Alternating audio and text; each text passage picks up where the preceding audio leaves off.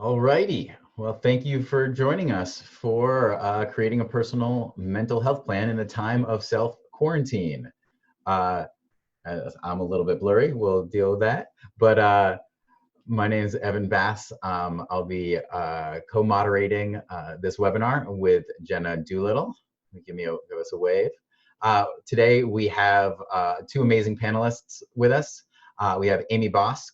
Amy Bosk, LCSW, is a psychotherapist who obtained her graduate degree in social work from NYU, specializing in evidence-based practice in mental health. She worked for many years in community mental health, providing therapeutic services to formerly homeless people with severe mental illness. In 2015, she began her private practice where she uses strengths-based cognitive behavioral therapy.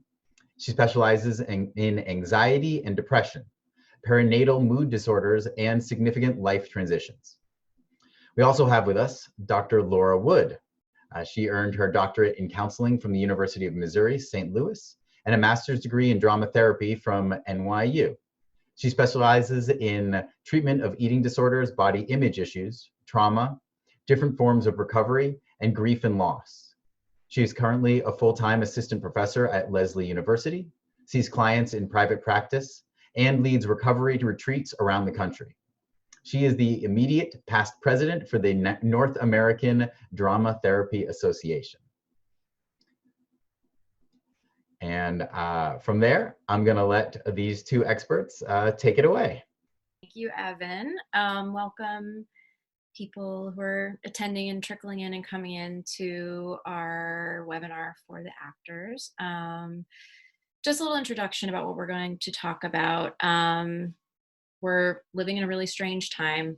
People are on quarantine. There's a scary pandemic happening outside in the world, and it's affecting our mental health, and it's affecting how people feel.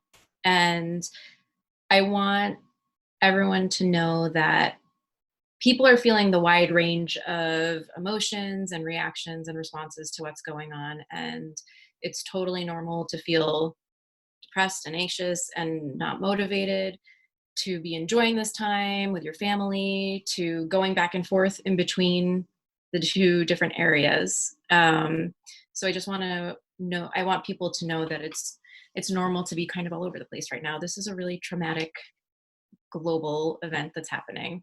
We're going to talk today about pretty concrete ways of tackling mental health issues and like being able to assess yourself and see where you're at, and also just like really practical things to do around motivation, self-compassion, self-care, and then understanding, symptoms of mental illness that feel like they need to be addressed more immediately. So Laura is going to talk a little bit about self-compassion to get us started in the clinical stuff. So, yeah. Everyone, I'm Laura. So Amy and I, sat with Evan and Jenna, and we tried to really think about this from a performer's perspective. So what are the unique mental health needs of those people who are artists and performers right now? And one, I think, perhaps you've been seeing this go around, but I just want to say that, more than ever, we need the creativity of our performer friends, our performing and artist community. So that is just so highly valued, and you are valued, even though many of you might be out of work right now or struggling. I just want to acknowledge, the deep intrinsic value when people are in times of trauma and need, how much we need the arts. And so the first topic I wanted to bring up today was self-compassion. And the reason we picked these, self-compassion in particular, is that there's a direct link between self-compassion and creativity and productivity. One, I want to name that you don't have to be creative or productive during this time. There's no pressure or need to. But I also know that a big part of an actor's life, having gone through an acting training program myself and then moving into becoming a drama therapist, which uses drama and theater to help all kinds of different people, not just actors. But there is oftentimes pressure, I think, on performers around constantly being part of networking, finding opportunities, building your skill set, working on your portfolio, and wanting to maximize this time. And so our hope is that we know the things like join a yoga class or do a daily meditation. Those are skills and tools that are pretty knowable and available. What Amy and I really wanted to talk about today is maybe some techniques or ways about thinking or approaching these different areas to help support yourself in terms of your creativity, in terms of your coping during this time. So with self-compassion, people often, it's a phrase that we throw around a lot, like have compassion for yourself, have compassion. And my clients many years ago came up to me and they said, I'm so tired of people saying to me, find compassion for yourself. It's such a hard to grasp concept. And so with self-compassion, I wanted to talk about that. One, we know that there's a relationship that when people are able to have more compassion for themselves and able to work with their internalized critical voices, there's space in the brain for more creativity, more productivity, and more action in one's life. And when I talk about self-compassion, I'm really operationalizing that as the way that you think about yourself, speak to yourself, and treat yourself, not just in times that are good, but also in times of distress or struggle or trauma. And during COVID, we all need an increase in self-compassion, with ourselves and ideally, of course, with others. There's also a lovely loop that happens, which is the more times we can find compassion for ourselves, often the more that feeds back and we're able to output and give out compassion to others. A few ways that self-compassion gets shut down is the critical voice that comes in, the one that says, I should be working on my audition sides. I should be, getting in shape to do new headshots. I should be sending out more headshots to different companies. I should be networking. I should be creating a video short series right now. So that critical voice that comes in that is demanding for you to take action and to do something during this time is actually the very thing that shuts down self-compassion and shuts down creativity. I look at self-compassion and I look at this critical voice as a protective function. So when we think about protective functions, it's not that we want to just turn to that voice and say, shut up, we're going to just do it or pick it up by the bootstraps. Many times in situations of stress or trauma, we turn to old tapes or messages from our past. Many times they can be things that we heard within our family or an intergenerational transmission of trauma or messages about how to deal with difficult times. And so rather than looking at that as something that we need to pick ourselves up by the bootstraps, we need to fight through, we compare, we go online and we look at what other people are doing. I instead encourage you to look at this critical voice as a protective part of yourself. And that protective part is trying to motivate you, but perhaps in a way that's not quite so beneficial. My training as a drama therapist in internal family systems uses this concept of getting to know protective parts and having a dialogue with them. And you all as actors, can take this to the next level, this exercise. But it's just very simply, instead of us having a thought or a judgment about what this critical voice is doing or saying, it's getting curious with the voice and letting it respond and tell you why it operates in the way that it operates. You can do this in a couple of different ways, and in the resource link I put a chart to remind you of these steps, but it can look like allowing the critical voice to write to you about why it speaks to you in the way it does, where it got those messages from, what it's trying to accomplish by being critical of you. And instead of getting into a power struggle with your critical voice, instead I'm suggesting this place of coming at that with curiosity, coming at that with some calmness, and in that action of being curious with this part of ourselves, that's what creates a loop of self-compassion internally and within the brain. And so you can do that a few ways. One, you can go inside, do a meditation exercise that you're familiar with and see if you can locate that critical voice wherever it lives in your body. Some people hear it behind an ear. Some people feel it in the gut of their stomach. Some people it buzzes up by their head. And just getting in touch with where you hold that critical voice and starting a dialogue. Don't try to answer for the part, but just try to listen and be curious. You can take it to the next level by having that part write you a monologue or write a letter about how it learned to be critical and why it shares the messages that it has with you. You can embody that critical voice, and you can film yourself playing your critical voice and watching that back and watching it from a place of curiosity and compassion. And then making a negotiation with the critical voice. That often protective parts hold these functions because they believe that's the only way that they can do it to help you be successful. And then when you can begin to talk about making a negotiation, many times people are able to move through those tough blocks that they find themselves in. They begin increasing that self-compassion and find themselves in a space where there's a bit more clarity, calmness, and creativity. So we'll talk a little bit more about infusing creativity, but step one to getting to your creative insides and allowing that to flourish right now is about finding a practice around building self-compassion and doing that through looking at protective parts and renegotiating new relationships. Thank you so much, Laura. It's so important for all of us to be looking at what our internal dialogue is telling us right now, because there's time, there's space to be thinking and to be in our heads because of what's going on. And like Laura said, it's so ripe for those old tapes to be playing. And those tapes are coming from, when we were kids and we weren't doing well in school, or when we were judging ourselves in high school for not being cool enough or whatever it is. And our internal dialogues are incredibly important.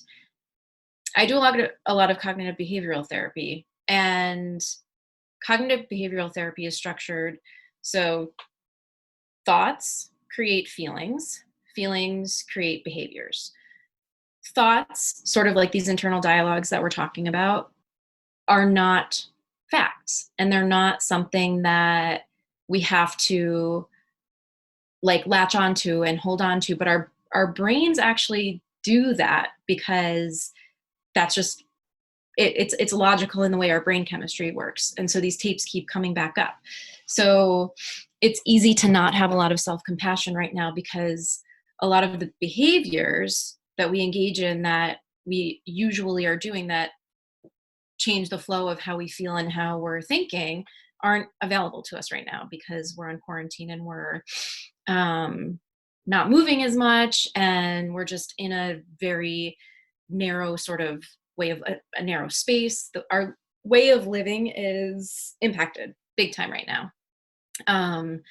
So in addition to fostering self-compassion, having these dialogues, understanding what these voices are trying to do and how they're trying to protect us, I want to talk a little bit about the impact that all of this has on motivation. And Laura spoke to this too.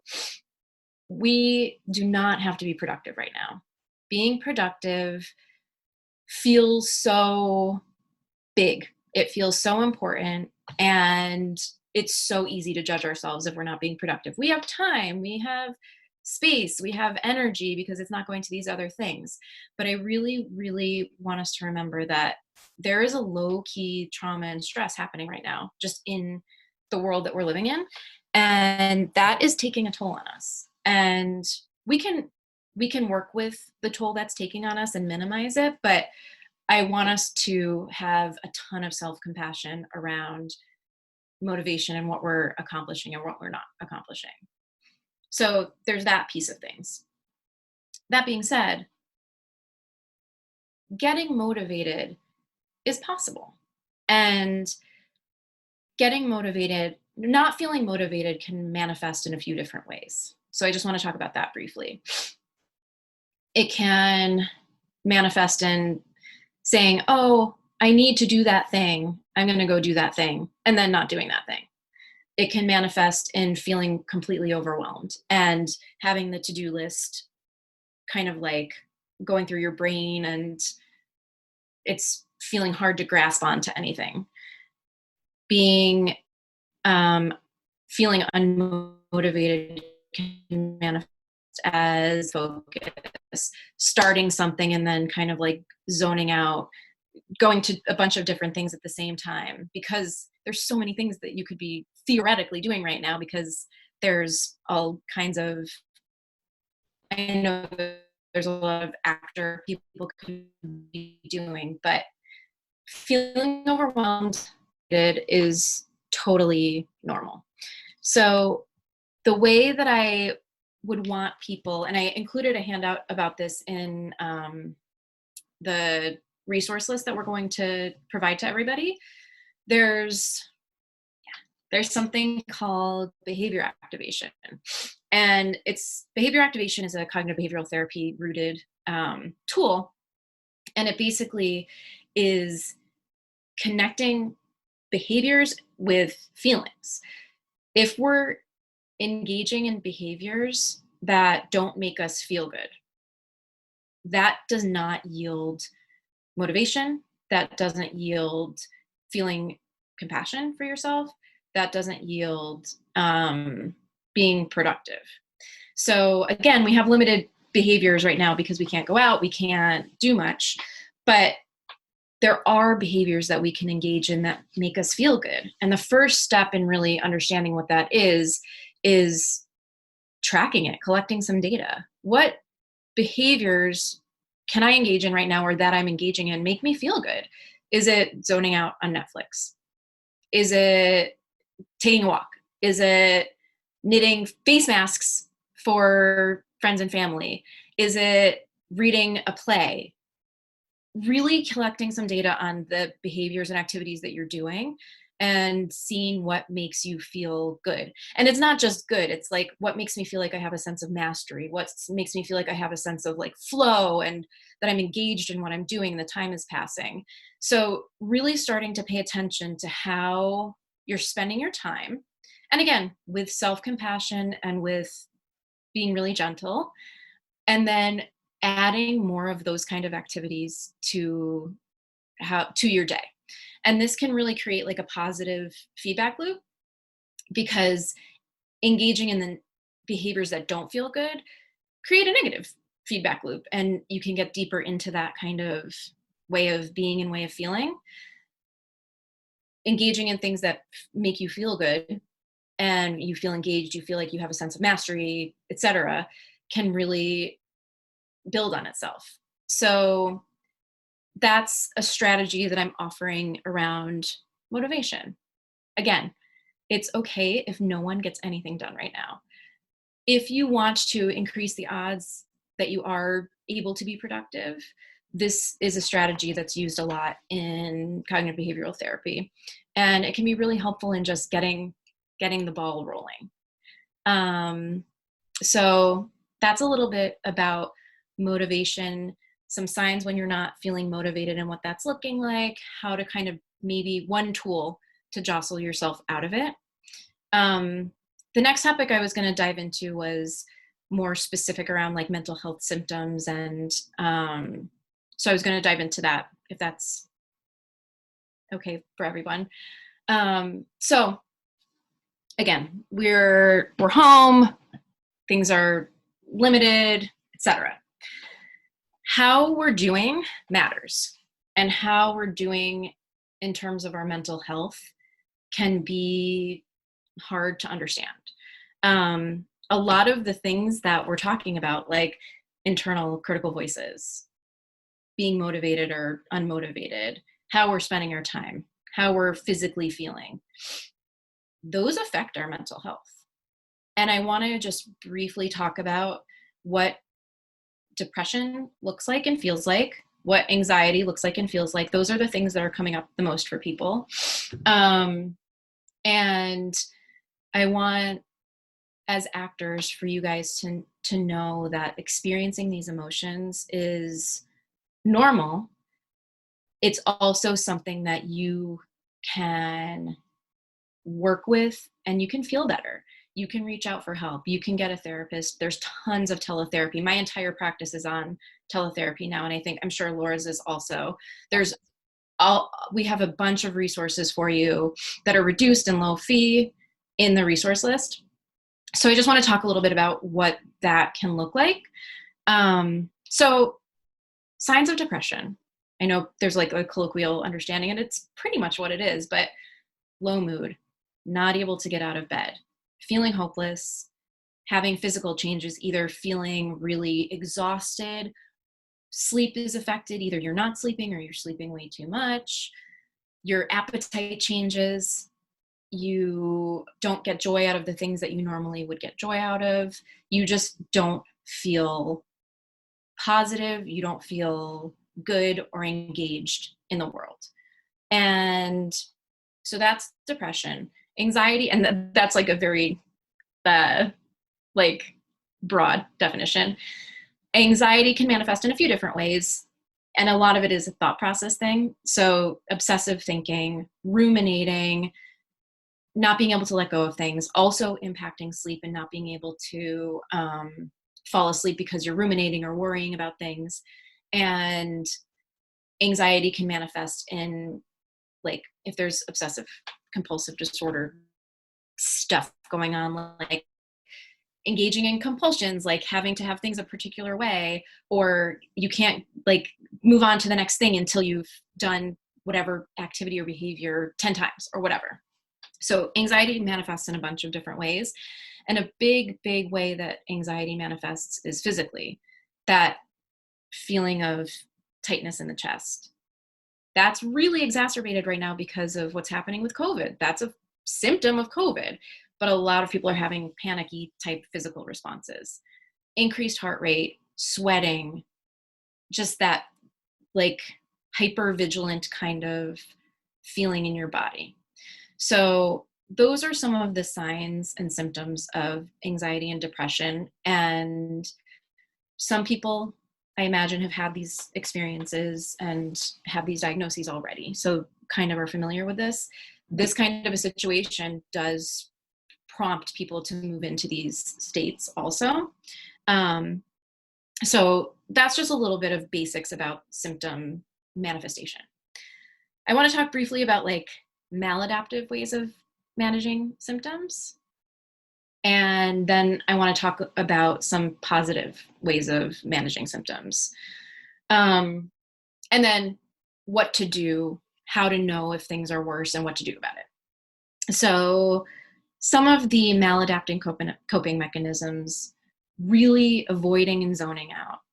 That can be using drugs or alcohol, being on your phone all the time, binge watching TV in an unengaged, not pleasurable kind of way, doing these things that just avoid how you feel or don't feel good. And that sort of goes back to like the behavior activation kind of stuff. Staying in bed all day, just not doing anything that feels useful. I'm just looking at my notes. So those are some of the maladaptive ways of managing and coping and kind of not addressing it. There are a lot of really, really helpful ways of coping with these symptoms, being aware of them, understanding how they're manifesting in your body, doing grounding exercises, which we're going to give you some resources, meditation, breathing exercises, connecting with your support system in a meaningful way, exercising, eating well, and Laura's going to talk about self-care kind of stuff. So I want you to think about that as some of these positive coping tools. So reaching out for help, reaching out to people. And I want us to know that this is the kind of situation where those things can really start to be burdensome. Reaching out to a therapist, reaching out to a hotline, reaching out to a friend is welcome.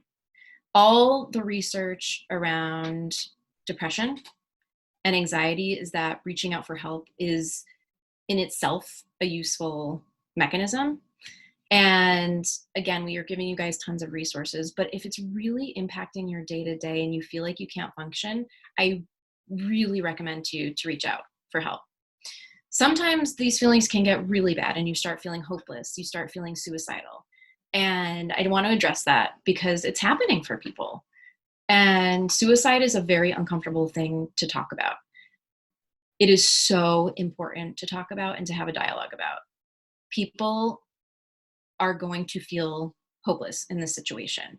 And we know if it's a problem, if we're thinking about what life would be like without us on Earth.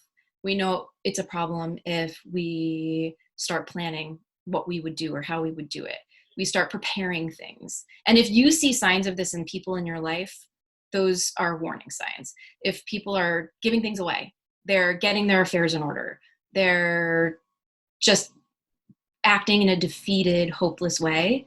And if you're feeling that way, please reach out for help. Please dialogue with people who you trust and who you care about. Talking about suicide doesn't cause suicide. Talking about suicide only helps and makes connections feel stronger and makes connections feel more available to people. We included in the resources the suicide hotline number and a suicide chat website, resource website. I just really want to reiterate how important it is to be talking about these feelings if they're coming up. It's okay. It's scary, but it's okay. And talking about it is what helps people feel safe. If you notice people around you with these signs and symptoms, reach out. So that's just a little bit about mental health. And again, it's normal in the population just in general. And this situation is really, people are more symptomatic right now, and that's okay. Reaching out for help and getting some positive things in place is so important. So I think, Laura, I know you were going to talk about some self-care stuff. Yeah. So I think something we wanted to just highlight is self-care has become such a buzzword right now.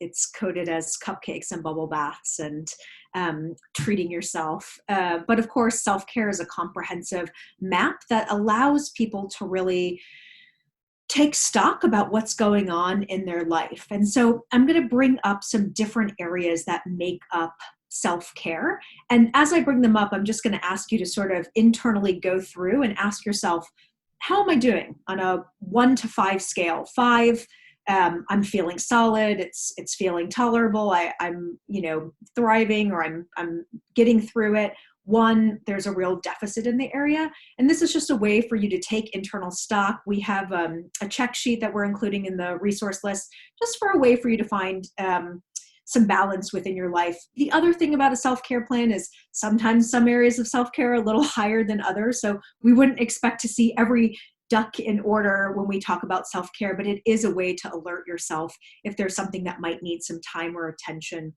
I'll throw out a general tip that we might offer in psychotherapy in each one of these different areas, and then we have plenty more resources attached as well.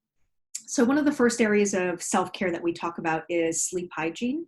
And right now, because people's schedules are different, actors also often hold different schedules. So perhaps adjusting to a new schedule right now is particularly challenging.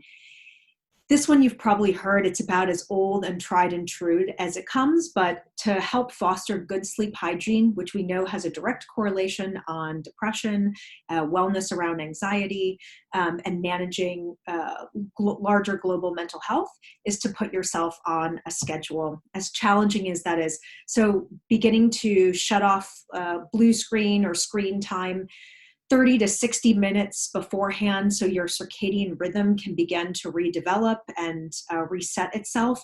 If you're somebody who really needs the TV to be able to chill out, try putting on a pair of sunglasses to start to block down that light. The studies are really clear about how the blue light directly affects what's going on with our sleep patterns.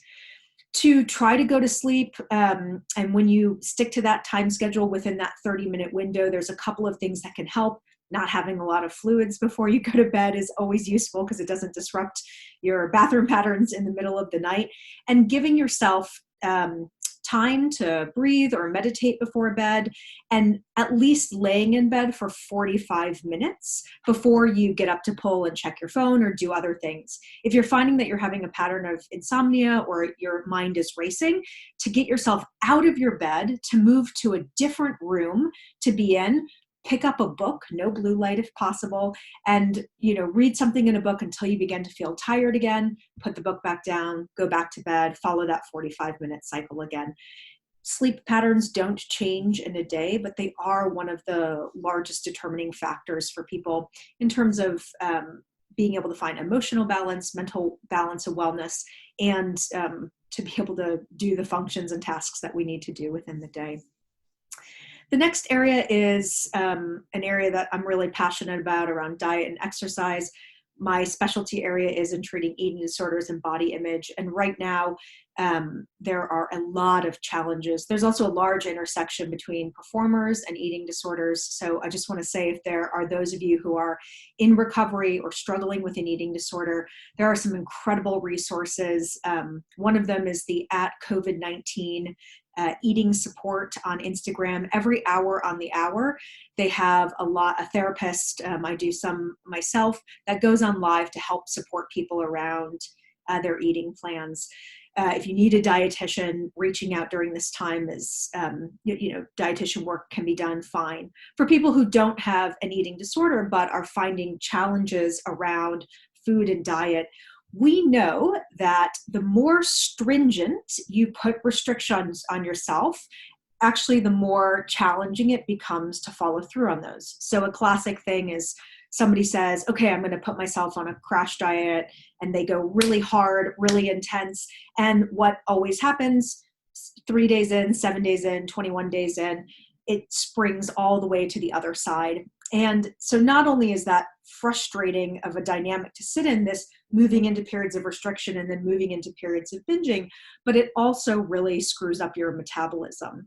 So I bring in that science piece too, to remind people that extreme forms of exercise or dieting, long-term after 1-year studies, don't have lasting power.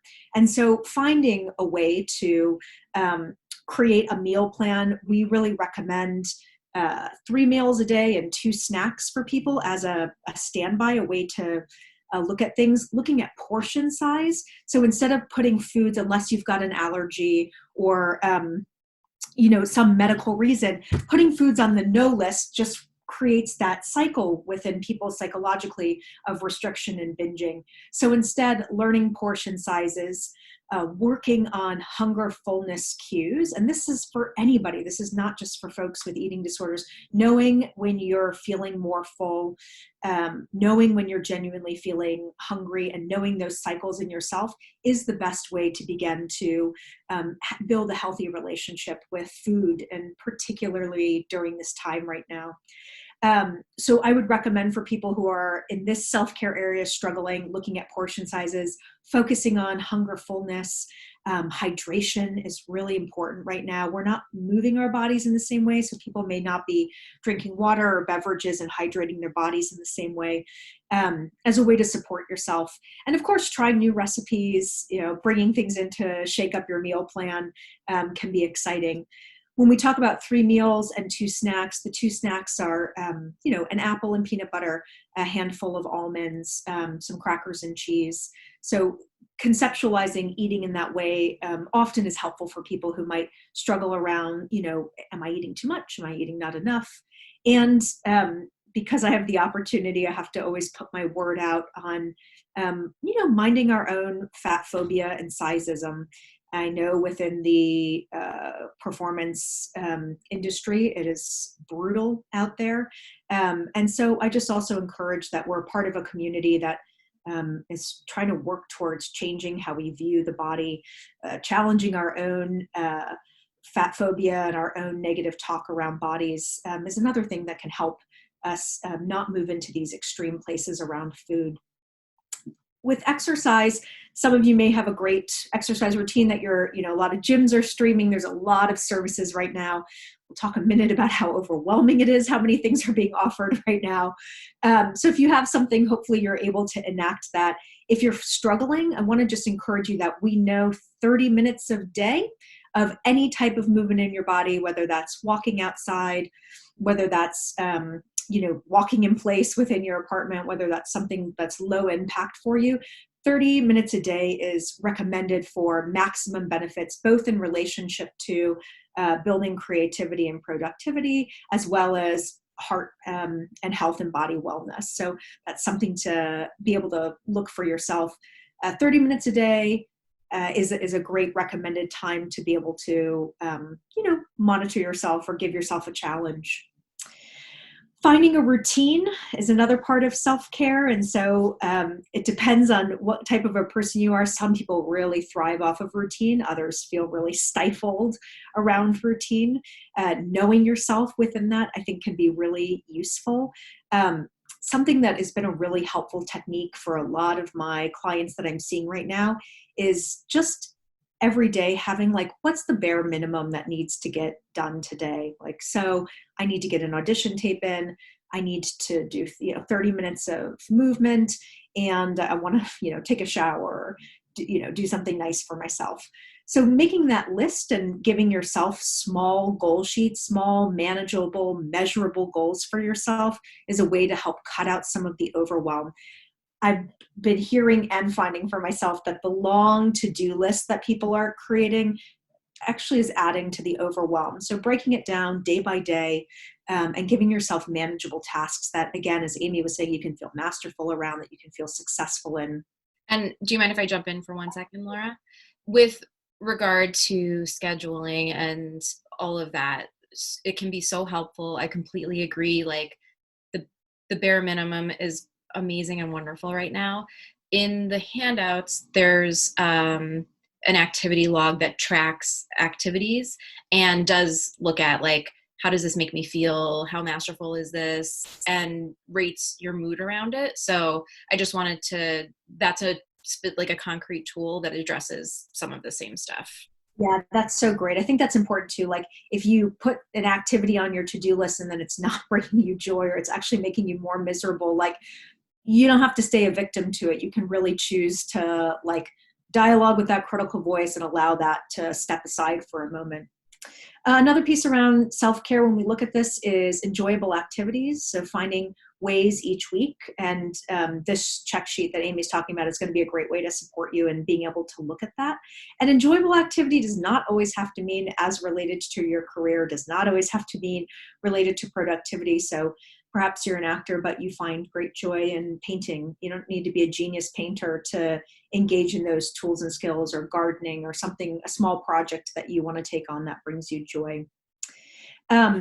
Space is another piece of self-care that we talk a lot about right now, particularly if you're in a major city, as many of my actor friends are. Space is at a premium in places like New York and Chicago and Los Angeles.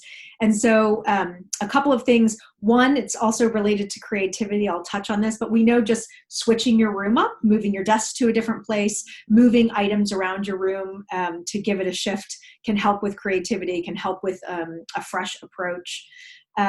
Finding a place that you use for work. So I come in here to this room as my office every day, and then I don't go in it at night time. So finding small, even that's a certain table at your, a chair and a table that you use as your workspace, a place on your couch that you're designating to it, but finding those spaces to designate which is work, which is for relaxation, which is for meetings, can often be really valuable. And the final part about self-care that we talk about is your emotional regulation and relationship to self and others. And we've been touching on those things as we go along today.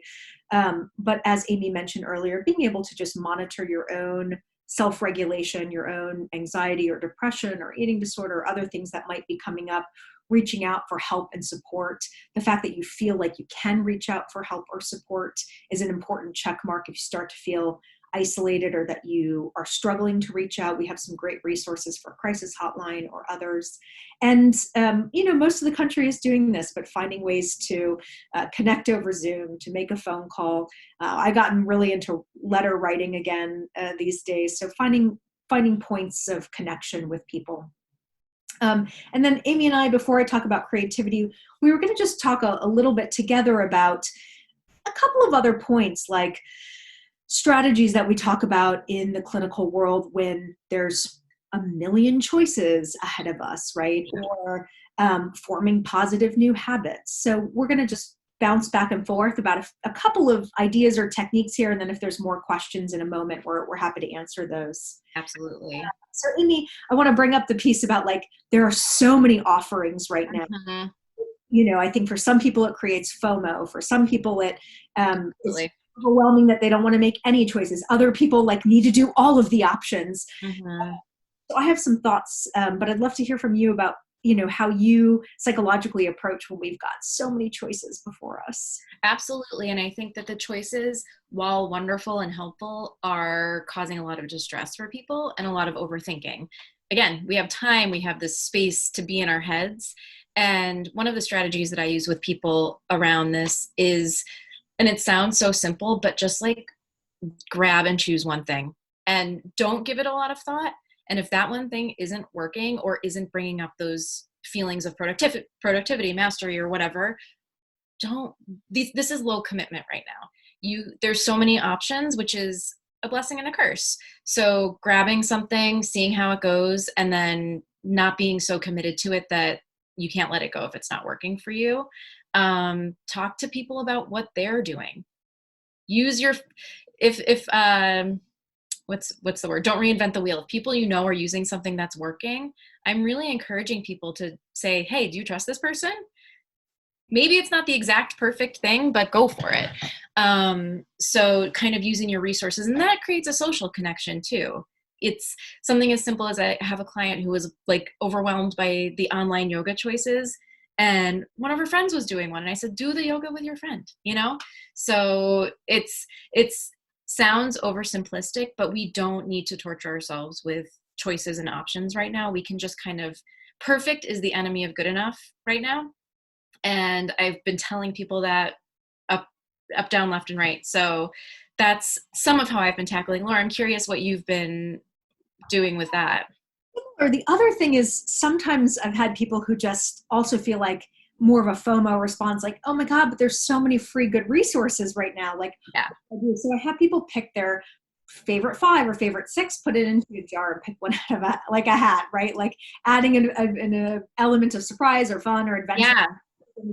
And just try to commit and follow through with, one time and see how it goes. And if not, pull out another one. But I think you're exactly right. The perfectionism, the need to overachieve right now, or being oversaturated isn't serving anybody. And overthinking is happening so much right now. And overthinking is crowding people's brains and depleting people. And that we can do something with overthinking. Overthinking serves a purpose sometimes, but sometimes it doesn't. And these simple choices are really, for me, highlight where it usually doesn't. So just reminding people that, yes, thank you, overthinking. You're trying to help me. I don't need you right now.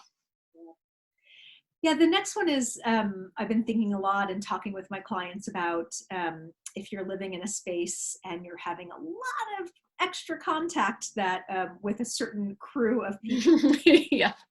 Joys and the challenges around that a little bit. So I've been talking with my clients around a couple of like old-fashioned family therapy strategies that I find are tried and true to be really helpful.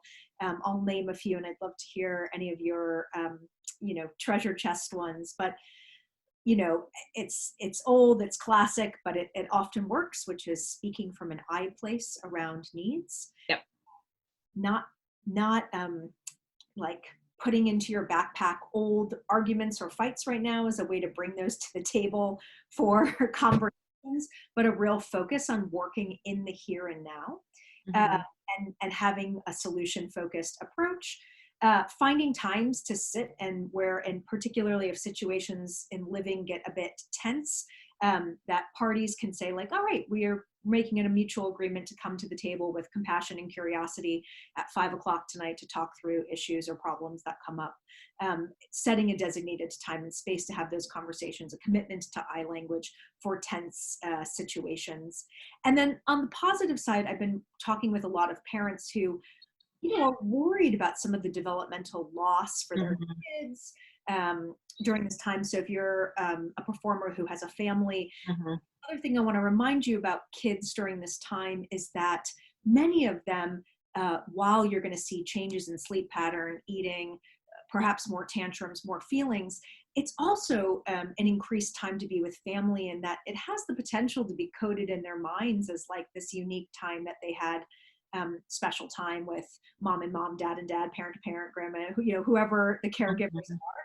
And that I've been creating a lot of plans with families around that the kids each day, get to pick one unique or silly activity. So breakfast for dinner, or silly hat day at home, and snap a picture on your phone and to document those and help do a positive reframe for kids right now around using this unique time to actually create some family memories. That doesn't mean that we're not validating the feelings and the emotions, that it's really tough, but also, a way to help increase relationship and contact and attachment.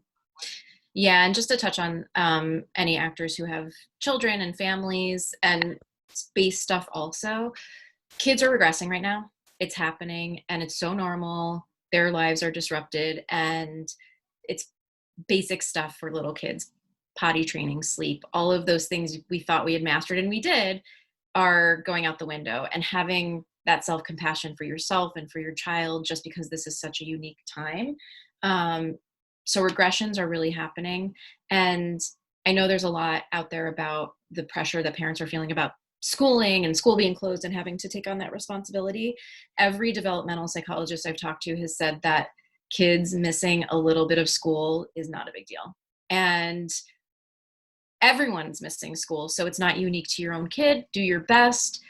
If, like Laura was saying, this is such an opportunity for people to have positive experience and for children to code this in such a positive way.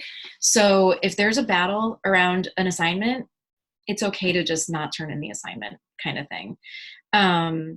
In terms of, and if anyone has further questions about the parenting aspect, I do a lot of that in my practice and at my own home. So people can feel free to reach out to me. But in terms of space, it's everything you were saying. It can be so confining and so on top of each other. It is possible to have boundaries, especially with roommates. If you have even just a corner of your room that is yours, I want people to know that they can do that and know that they can kind of like foster a little bit of a specific spot for themselves or their stuff or whatever it is. So having boundaries and creating that space for yourself, and like you were saying, specific place for work, specific space for sleep, and doing it in a way that doesn't shut people out, but just says, I need this little bit of space for myself, can be so huge and important, and can be very grounding for people too, which it's so easy to feel untethered right now because the days are running into each other. What is a weekend, So I really want to encourage people to have boundaries during this time. And to know that this is very, very hard, very abnormal, but human beings are so adaptive and resilient. And even in the conversations I've been having with people recently, they're amazed at how much they've adapted to this in 5 weeks or whatever it's been. So I just want us to remember that, as unnatural as this feels sometimes, particularly if you're a performer and getting that feedback and being in that space and working with people and off of people is such an important part of what you're doing. This isn't normal. This isn't necessarily human nature, but it's not. People are resilient and people can adapt, and it will be okay. And I know that feels hard sometimes too. So yeah. And the final thing I'm going to touch on before we move into Q&A is this idea of cultivating creativity right now. So I teach a regular course on the psychology of creativity. As somebody who was an actor and is a drama therapist, actors and performers' incredible gift is that we're enormously creative people. Our capacity for mental flexibility, spontaneity, the ability to improvise, whether you're an introvert or an extrovert, actors, that is like deep in their toolkit. It's what allows you to pick up the moment that you forget a line. It's what allows you to be super unique in your audition.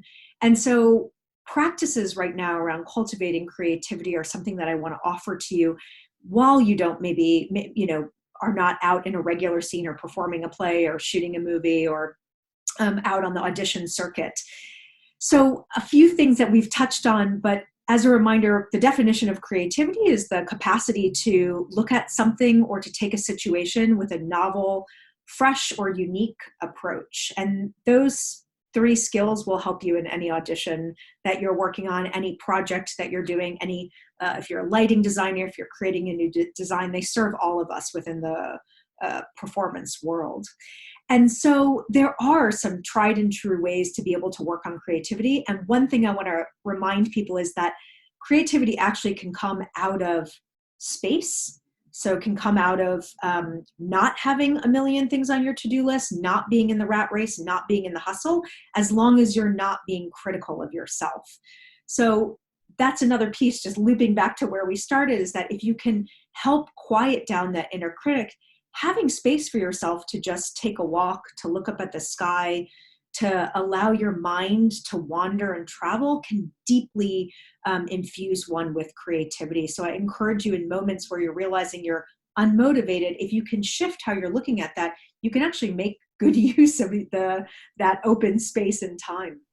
I just want to say there's been a lot of research about boredom and how people are not bored right now. Boredom is so good for creativity, and there's a bunch of research out there about it. So I just wanted to add that from like a psychological perspective. Absolutely. And we know that trauma can both hinder creativity and it can also help creativity flourish. We call it resilience. So being able to look at a situation in different ways, being active or engaged in your body. So if you have, there's been great studies about people who are given a task, those who got to take a walk or do jumping jacks beforehand and those who didn't. So a lovely connection between being in our bodies and then our capacity to engage in creativity.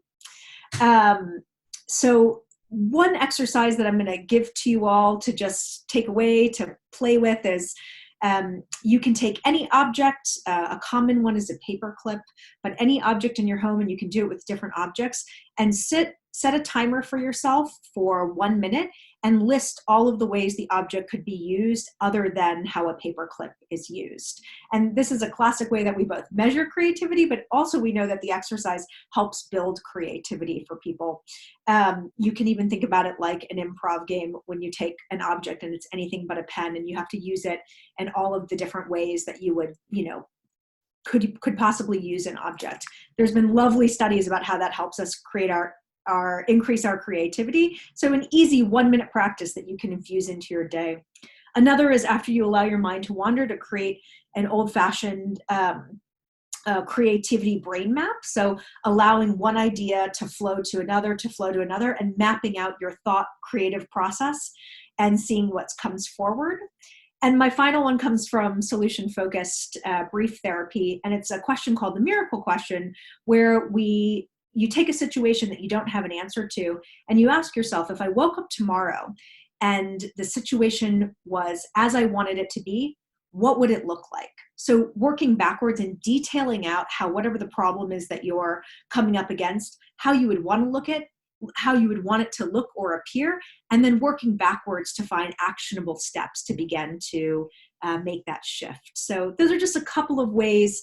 I want to celebrate you all as, again, I'm always in awe of actors and performers and those in the industry, because it does require enormous creativity, risk-taking, mental flexibility, and courage. So yeah, we're going to move into some Q&A now. I'm going to jump on and just sort of like touch on some of the things that I found that are helpful that Amy and Laura have talked about, because I don't know, I'm nodding my head the whole time as I'm listening, which is always a good thing and learning new things. So I just first want to say thank you, Laura and Amy, for sharing like all this great information and insight. It is helpful not only to right now, but in general in life. So thank you for that. Thank you for coordinating everything. So one of an additional exercise, a creativity exercise that I've had in a writing class is you just give yourself a subject similar to Laura's pick an object, pick any subject. It can be completely random, and then sit and put a timer for 10 minutes and then write for 10 minutes about that subject. And it doesn't matter what you write. Have no judgment about what you write. Just write just continuously write, even if that is like, I can't think of anything on this subject and keep going. And the idea is at the end of 10 minutes, when you read it, there's probably at least one thing in there that sparks something really new, really creative that you can go off on a tangent of. And it's that non-judgment, that stepping back that allows you to come up with an idea that maybe you normally would have held back on, that would have had that critical voice in your head saying, oh, don't think about this. But then that idea is something that you could launch off on that give you an idea for a story or a poem or whatever you feel like. Another one that, just going back to the beginning where Amy and Laura were talking about the internal dialogue, the critical voices, an exercise that I found really helpful, I call the friend on the couch. And essentially, if you're finding you having these critical voices, sit down with a journal or piece of paper, whatever, and write out everything that you are hearing that critical voice say in your head. And then reread it, read it over and go, okay, if this was something that a friend of mine who I invited over and we were hanging on the couch said to me while that friend was on the couch next to me, would I keep that friend, allow them to stay, or would I ask that friend to leave? Mm-hmm. And if you would ask that friend to leave, then realize that part of that critical voice is not being helpful. And as I add something to that too. Yeah, Another iteration of that is making that list, saying all those things, and then saying, what would you say if your friend was saying that about themselves? Because sometimes people are like, but it's so true about me. They're right. So sort of flipping it too and saying like, what would you say to your friend if they were saying it about themselves? Yeah, definitely. Just another iteration of it. No, and I think that sort of we oftentimes think about how we treat ourselves is very different than how we would treat a friend, and that it's sort of touching on the thing that Amy and Laura have said about reaching out. That if you are feeling depressed or having mental things that are weighing on you, and you're worried about reaching out is helpful. And just think, if a friend reached out to you, have you ever said, no, I'm not going to listen, I'm not going to talk to you? No, you've always been there. And I'd say for any of the crap that I've gone through in my life, every time I have reached out to somebody, it has come back multiple fold, in which they had then checked in on me and, oh, are you want to talk about, oh, you want to, go out to tea and have a chat about this. Like, you don't realize how great a support system you have until you reach out, and then you realize, oh, the lack of support was only in my head. And so just to what Laura and Amy said, if you were feeling that, reach out, you'd be surprised. And I think, one of the great things coming out of this self-quarantine is the amount of video chats people are doing, the amount that all you need is one person to say, oh, hey, why don't we do this video chat? And then people jump on and you find, somebody that you hadn't talked to in a long time, being able to talk to them. But it's also this communal wanting that connection, wanting to talk. I'm not a health professional, but I am a super nerd. And so one of the things sort of touching on that is there's this neurotransmitter called oxytocin, which is, I don't know what you want to call it, but like the hugging neurotransmitter or the love neurotransmitter. Essentially, it's often associated with touch. And when you have touch, it helps calm the body. It is almost like the opposite of adrenaline, in the sense that it causes you to calm, it causes you to create connection with people. Originally, it comes from, they found it with mothers who are giving birth, because it's in high levels there, and it helps create that connection from mother to their own child. Related to when preemies are born, the touch that they found when when they're stroked or whatever, touched, they recover faster. That this aspect we have sort of in our self-quarantine don't have in full force, but reaching out and chatting with people, seeing them, talking to them is still part of that system, and can create the same sort of feelings inside. So that reaching out also, just from a biological level, adds a benefit. There's a couple of like little trick things that I I do related to some of the stuff that we're talked about. So to-do lists, one of the things was talked is sometimes they can feel overwhelming because you then see these lists in front of you. So one of the things that somebody had told me that I'd found really helpful is if you have a big to-do list, write the amount of time you think each item will take, because then it gives you a manageable understanding of each of the things. And then you can go, okay, that's gonna take a long time. But if you know it's gonna take a long time rather than an open-ended time, you can set the boundaries, you can set the things to get done. One of my favorite phrases is from Mark Twain, also related to to-do lists. And he says, if you have to eat a frog every day, eat it first thing in the morning. And if you have to eat 2 frogs every day, eat the bigger one first. And that goes to the stress of some of the things on your lists, the things to do. That the biggest thing, if you get it out of the way first, it will not cause stress anymore. But that leaving the biggest thing to the end, you're thinking about it the whole time, during the day. And it's that extra stress that we don't need. There's this great book called Why Zebras Don't Get Ulcers by Zapolsky. And it's all about why humans, because we have metacognition, because we can think about things that aren't going to happen and cause ourselves stress, that we cause ourselves stress and ulcers because of overthinking. And no other animal in the animal kingdom does that. It gives us advantages, but it also sort of holds us back. So being able to remember that is important. 2, 3 other quick things. The diet, one thing to remember that I just like to remind myself, because I don't know, diet is not the right word. I have certain eating habits, but allow yourself to cheat on whatever eating habits you have. There's nothing wrong with cheating on things. I mean, I try and avoid sugar other than Friday through Saturday of my week. I have not been successful for the last couple weeks, but like, give yourself a break.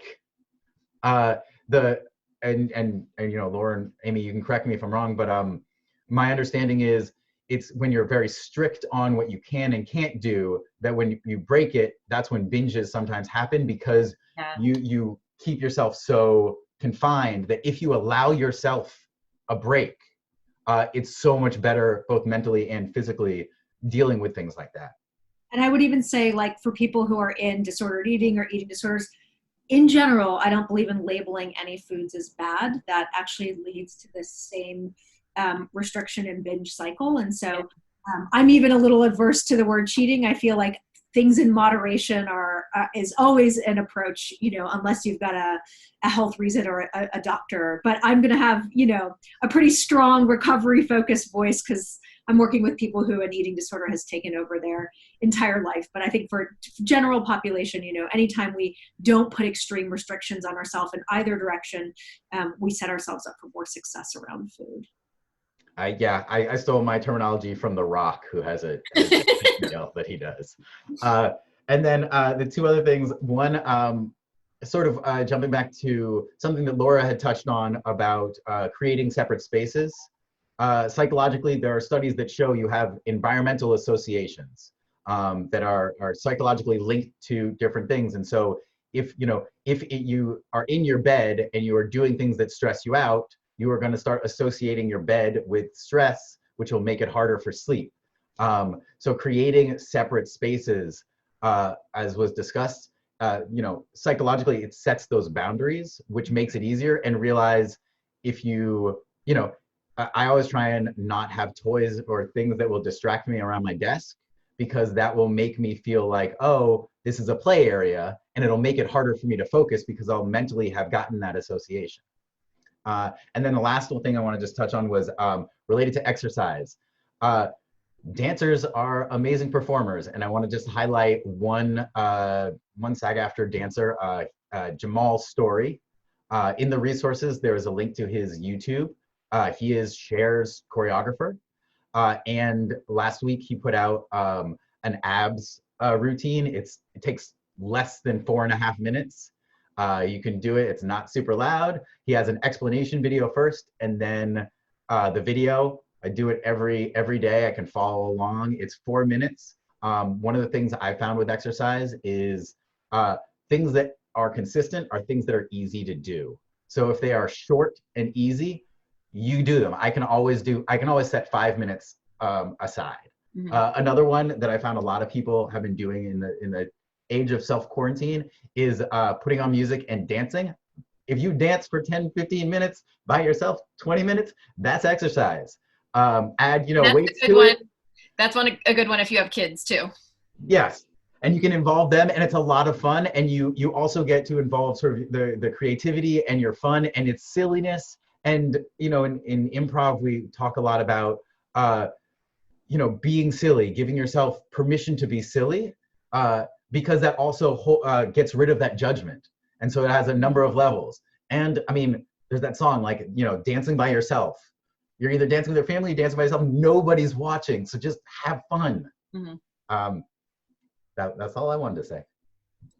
I want to just jump in and thank you guys for an amazing presentation today. So many useful tools. I'm not only an actor, but a career coach of actors, and I've seen so much overwhelm from people. So I think those tools are incredibly helpful to, from just picking one thing and going with it and letting it go. If you need to, going with what a friend suggests. And even just like making that list of the bare minimum and not being so hard on yourself in that critical voice. I find that such helpful information. I just wanted to add one thing about creating habits during this time as we're trying to start new routines for ourselves.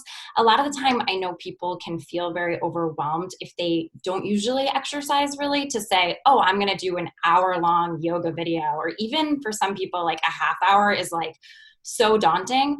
If you just commit to doing 60 seconds of something, you are so much more likely to probably continue doing more of it. But it's likely that you'll do that 1 minute, and then it's easier to do a little bit more. And if you attach that to a habit that you already have, say every morning after you brush your teeth, you're going to do your 60 seconds of a yoga video. It's so much easier to attach it to a habit that you already exist in your life. So that's just in creating routines. I found that to be really helpful with my clients. I have so many questions for you. So if it's okay, I'm going to jump in with some of these questions, and then we can see if there's some additional ones here. I know I have personally had two friends of mine come to me and say for the first time in their lives, they're experiencing panic attacks. What should they do when they're actually experiencing it to get themselves out of it and through it? That's a really great question. Panic attacks, I know a lot of people know what they are, but I'll just explain what they are. It's sort of this physiological flood of doom, the world's closing in on you, increased heart rate, sweating, like a very physiological panic feeling. It can come out of nowhere. It can be triggered by something, and it's terrifying.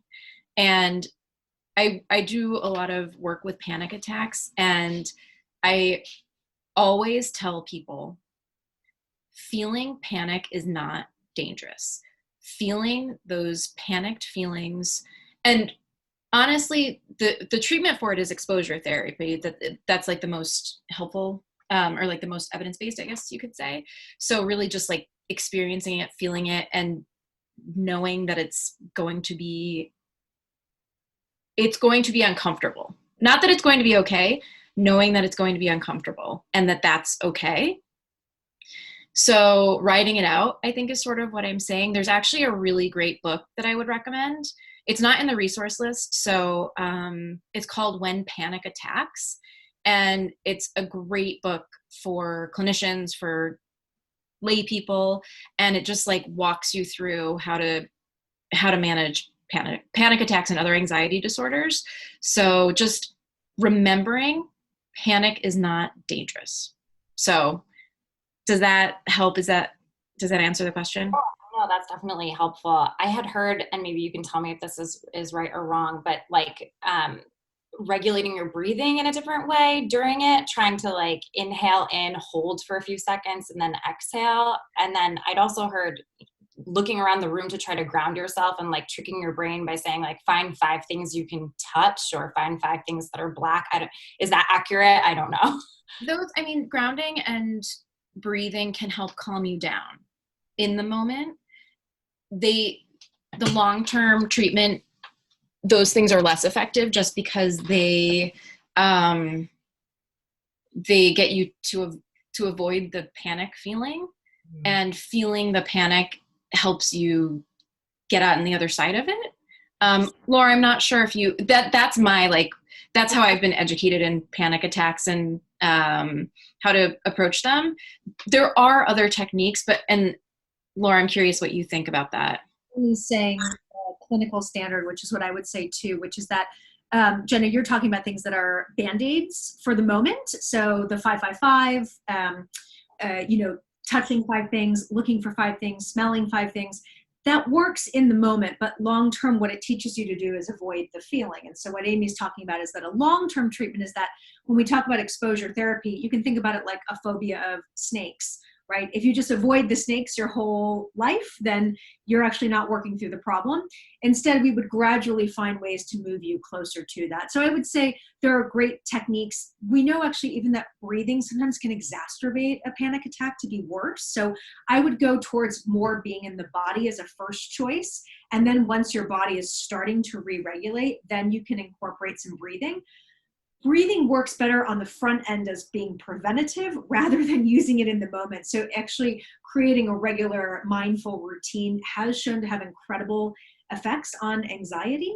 And then if people are in a place where it is interfering with their daily life, where it's happening on a regular basis, that's when you're going to want to seek out support from a clinician who can really set up a behavioral therapy hierarchy with you, an exposure therapy plan.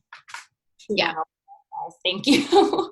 I have a bunch more questions. I don't know if Evan wants to jump in with one, but can we talk about alcohol? Can we talk about the drinking that's happening right now? I'm really glad you brought that up, actually.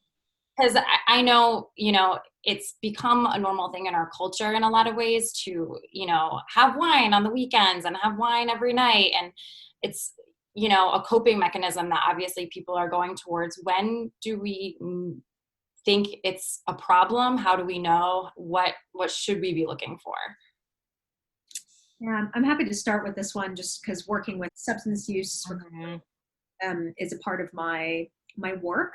So the other thing is I want to name that there's a difference between those who are in recovery or who have a substance use disorder versus the general population. So I'm same with eating disorders. I want to talk about the spectrum of things just because we don't know who's going to be listening in, and eating disorders, addictions affect everybody from all walks of life. And there's we're finding more and more genetic components. So another piece is not beating yourself up on it. But anytime we're using food or alcohol or substances, again, it's a protective function typically. So instead of being hard on ourselves about it, it's about getting curious, like, why and how is this protecting me? What am I not wanting to feel? What am I not wanting to experience within the world, right? So I think it's just important to, again, contextualize these things. And people develop addictions to protect themselves from things they don't want to feel, or eating disorders in that way. That being said, we do have a culture for those, many people who are working through addiction are probably attending online AA. AA is super mobilizing right now, and I really encourage you to reach out to those communities, working with a sponsor and working your program. For people who don't have an identified drinking problem or substance use problem, I would recommend that you're getting curious about the drinking. So when we start to worry is when people feel like they need to have the drink to cope. They have no other way to be able to calm down. When it's starting to interfere with daily life or getting things done. If your mood dramatically changes when you use particularly alcohol, that you're like a different person, those are warning signs that it might be time to reach out. And for the rest of the general public, we can ask ourselves these questions. Am I becoming a little too dependent on my 2 glasses of wine every night? Do I feel like I need to have these? Am I able to take a break from this? How you're drinking Are you drinking alone? Are you drinking socially? How much are you drinking? So those are, I think, some good questions for people to start to ask themselves.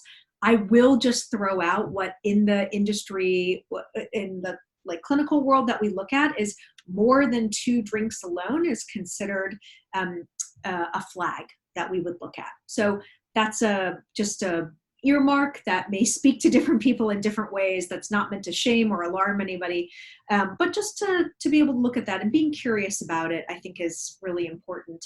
Mm-hmm. I would also say for those who, don't have a substance use issue, that it's also really normal to enjoy a glass of wine or have a cocktail,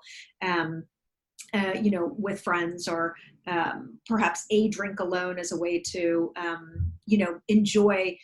The enjoyment piece is another thing to look at. Like, do you enjoy the taste of it? Are you being mindful around enjoying the beverage, complementing food in a way? Or are you drinking for the effects of numbing out, not being in relationship, soothing yourself in a maladaptive way?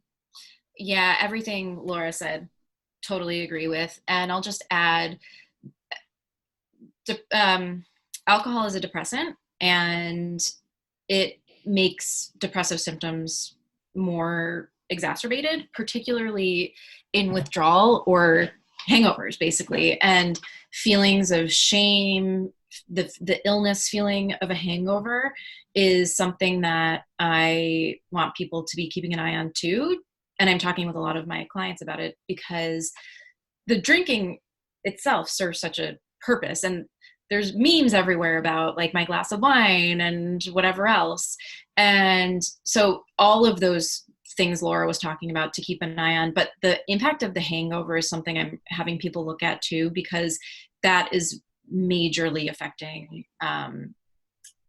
symptoms of depression and anxiety, like the physiological response to it. So that's just another piece. And being curious, collecting data. What does it mean to you that you had 4 drinks last night by yourself? Like, sort of just like asking yourself those questions. If it's any kind of change in behavior, is worth just having curiosity about. So I think it's a really good question. It's hard with some of these things like drinking alcohol or drugs or suicide or whatever to talk about these things in a way that is like meaningful. And I really encourage people to be thinking about it and talking about it. Yeah. And there's not a one size fits all. I mean, each people, like, if you have a history of addiction in your family, how you're going to be asking these questions and approaching it is going to look different. Totally. Who doesn't, right? So I think I really want to say, and I think Amy and I have been trying to hold this, there is not a one size fits all. What we're hoping is that we're peppering you with a lot of information and ideas and some research that can help you to, aptly, the name of this is about creating your own unique mental health plan. Yes, 100%. Great. So what I'm getting from somewhat is, getting curious about what you're doing and how it's making you feel, why you might be doing it, and really like asking yourself the questions, because everybody's going to be different. So whether, I know for some of my friends, they're like extreme exercising right now, which is like, there's the other side of trying to, for me, I struggle with trying to help everyone. So then not having time for myself. Mm-hmm. I'm sure you guys can probably great. That's all really helpful. I wanted to ask, like, how do you handle this fear that's coming up of actually getting COVID, of family members getting it, the scared to go outside, scared to engage with people, and as things potentially reopen, being actors in theater companies where you're very close to people or on sets, like, how do you advise us to like make a plan to handle the fear that comes up? You start, Amy. I'll join you. So this is very unprecedented for our lifetime. It has happened before, the 1918 flu. There have been things like this before. But for us, for all intents and purposes, it's very new. And all anxiety boils down to uncertainty and what we do with uncertainty. And right now, COVID is so uncertain. we don't know when this is going to end. This meaning the quarantine. We don't really know how this disease works. We are learning new things every day. Things are changing. They're changing the guidelines around masks.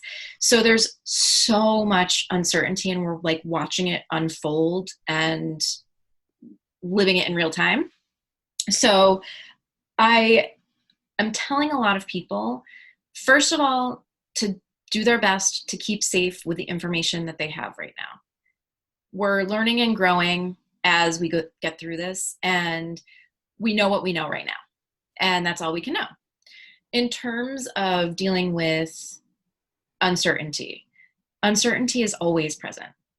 You could get hit by a bus tomorrow, walking out in front of the street. Thinking about getting hit by a bus doesn't generally serve us. Thinking about COVID and how to approach it serves us to a certain extent. And I want people to be mindful when they are noticing that it is not serving them. These thoughts become obsessive. The deep dives online of like the best thing to buy for the thing. Like if it's interfering with your life, if it's really time consuming, if it's causing a lot of stress, do the very best that you can with the information that you have today, and just take note of how much time and energy you're putting toward decision making and grocery shopping and all of the things that we're all facing and dealing with.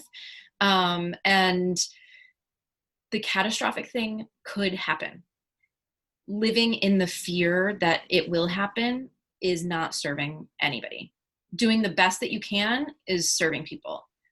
Living in fear isn't serving people. So that's kind of the way that I've been framing it to clients.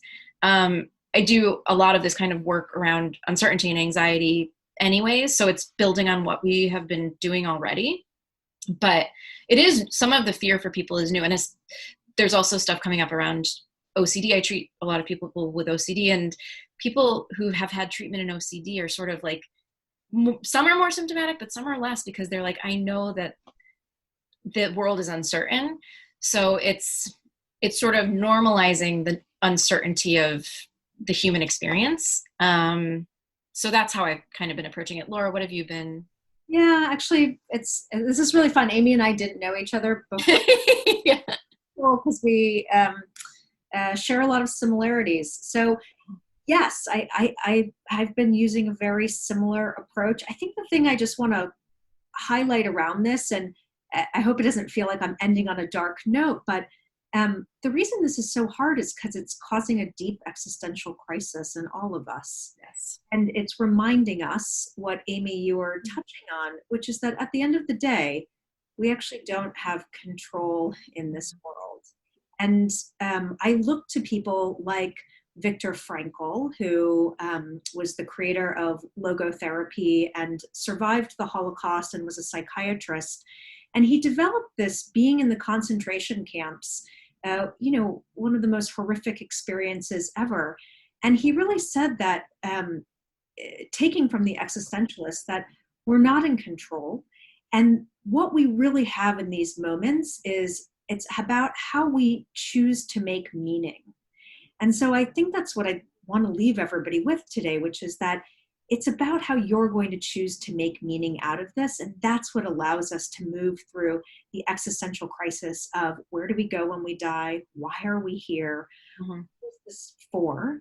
We're all going to die, Right? So it's about that we have the power over our own thinking to be able to make meaning, that nobody can take away our knowledge and our dignity when we choose to make meaning and we hold those things. You think COVID could take everything else away from us, right?